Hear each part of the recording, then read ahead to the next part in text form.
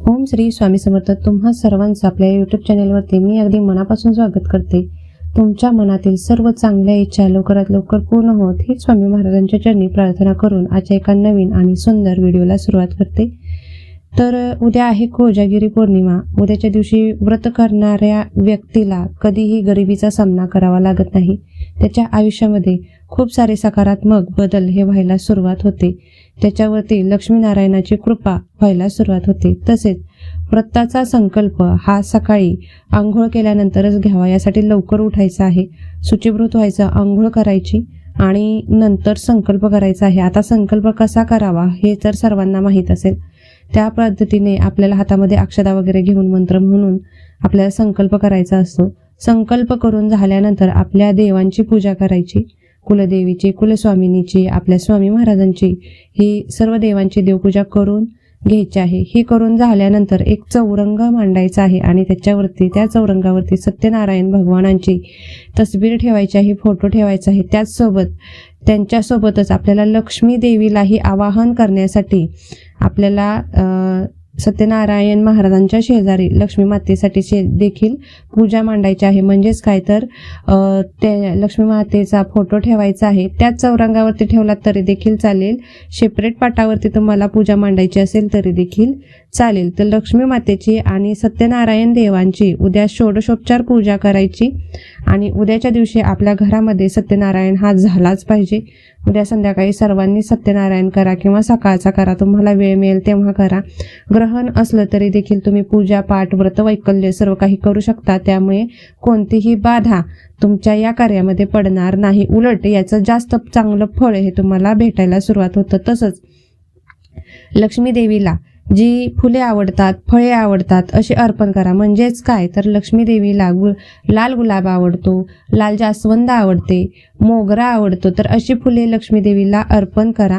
तसेच विष्णू देवांना पिवळ्या रंगाची फुले हे आवडतात. त्यामुळे गलांडा असो, झेंडू असो अशी फुले तुम्ही आपल्या विष्णू भगवानांना अर्पण करू शकतात. तसेच विष्णू भगवानांना केळीचा नैवेद्य अर्पण करायचा आहे, केळीच्या फळाचा. आणि लक्ष्मी मातेला डाळिंबाचं जर फळ मिळालं तर तुम्हाला डाळिंबाचा नैवेद्य अर्पण करायचा आहे.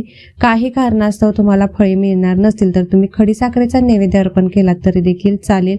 तसेच यासोबतच खीर ही लक्ष्मी देवीला आणि श्रीहरी विष्णूंना अतिशय आवडते. यासाठी आपल्याला थोडेसे बासमती तांदळांपासून खीर बनवायची आहे आणि त्याचा नैवेद्य उद्याच्या दिवशी आपल्याला लक्ष्मीनारायणांना दाखवायचा आहे. आणि हा जो नैवेद्य आहे, ही जी खीर आहे ती नंतर आपल्या कुटुंबातील व्यक्तींनीच ग्रहण करायची आहे.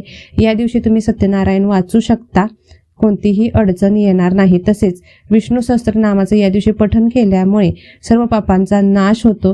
या दिवशी व्यंकटेश स्तोत्राचं पठण केल्यामुळे आपल्याला सद्गती मिळायला सुरुवात होते. आपल्या पितरांना सद्गती मिळते. आपल्याला सद्गती मिळणं म्हणजे काय तर आपल्या प्रत्येक कामातील येणारे अडथळे जे आहेत ते पूर्णपणे नष्ट होतात. आयुष्यामध्ये स्थिरता नांदायला ही सुरुवात होते. आयुष्यामध्ये सकारात्मक बदल हे घडायला देखील सुरुवात होत असते. तर या दिवशी आपल्याला प्रामुख्याने करण्याची गरज म्हटलं तर या दिवशी आपल्याला म्हणजे उद्या कोजागिरी पौर्णिमा आहे आणि या दिवशी आपल्याला झोपण्या अगोदर झोपतानाच हा मंत्र म्हणून झोपायचा आहे. आणि सकाळ उठल्यानंतरच तुम्ही याचा चमत्कार पाहू शकाल. मनातली तुमच्या प्रत्येक इच्छा पूर्ण व्हायला सुरुवात होईल. जे पाहिजे ते मिळायला सुरुवात होईल. तर असा कोणता गुप्त मंत्र आहे याविषयीच आपण आज माहिती घेणार आहोत. तर व्हिडिओ आवडत असतील आणि चॅनेलवरती नवीन असाल तर नक्कीच आपले चॅनेल सबस्क्राईब देखील करा आणि लाईक देखील करा. तर बघा, आपण जे मी तुम्हाला म्हटलं त्या पद्धतीने आपल्याला पूजा मांडून घ्यायची आहे. सत्यनारायण तुम्ही वाचत असाल तर अतिशय उत्तम. सत्यनारायण वाचल्यामुळे आपल्या घरात जी संपत्ती आहे, जे धन आहे ते वाढीस लागतं. आलेलं धनधान्य हे टिकून राहायला सुरुवात होतं. पैसा टिकायला सुरुवात होतो. पैसा यायला सुरुवात होते. लक्ष्मीचं आगमन यायला सुरुवात होतं. यासाठी आपल्याला सत्यनारायण हे घरच्या घरी अतिशय सोप्या आणि साध्या पद्धतीत स्वामी समर्थ केंद्रामध्ये सांगितलं जातं आणि कसं करायचं आहे सत्यनारायण याचा व्हिडिओ आपल्या चॅनेलवरती पहिल्यापासूनच आहे. तुम्ही तो व्हिडिओ नक्की पहावा, म्हणजे तुम्हाला कळेल की घरच्या घरी एकदम साध्या आणि सरळ पद्धतीने सत्यनारायण आपण बिना कोणत्याही ब्राह्मणांना गुरुजींना बोलवता कसं करू शकू. तर त्या पद्धतीने आपल्याला सत्यनारायण हे करायचं आहे.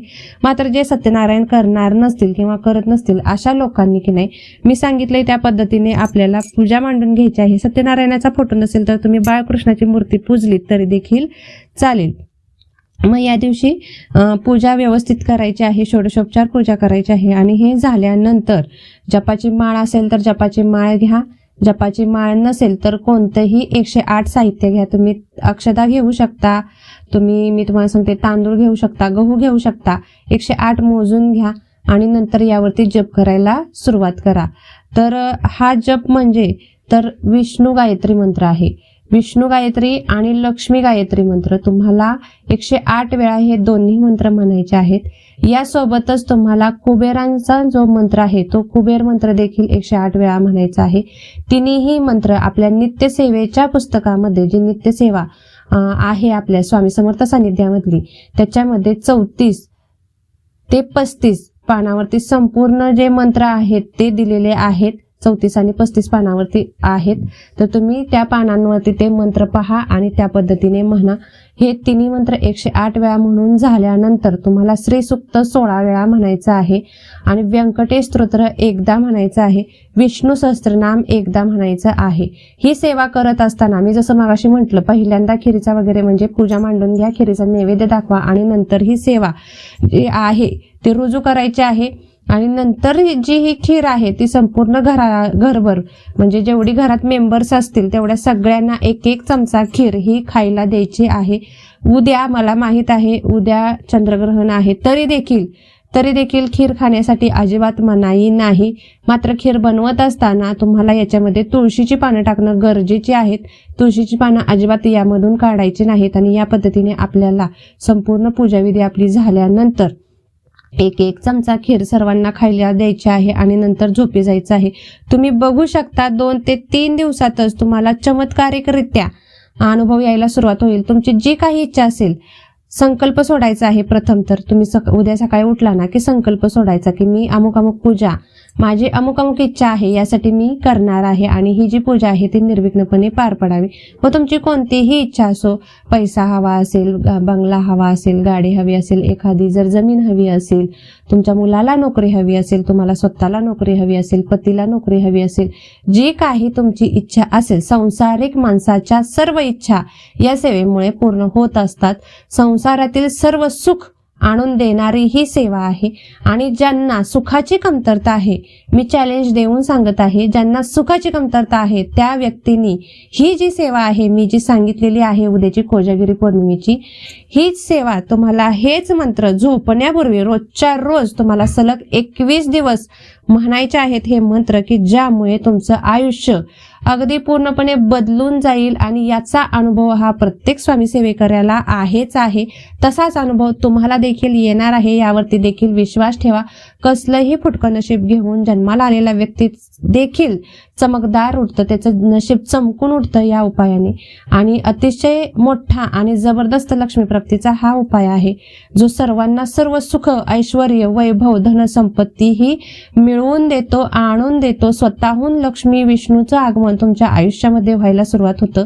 कुबेराचा खजाना तुमच्या हाती देण्या एवढा आशीर्वाद आपल्याला महादेव देत असतात या सेवेमुळे. तर सर्वांनी ही सेवा करा आणि आलेले अनुभव मी तुम्हाला चॅलेंज देऊन सांगितलेलं आहे की 21 दिवस जर तुम्ही ही सेवा केली तर तुमच्या आयुष्यात कधीच कशाचीही कमतरता भासणार नाही, हे देखील मी तुम्हाला सांगते.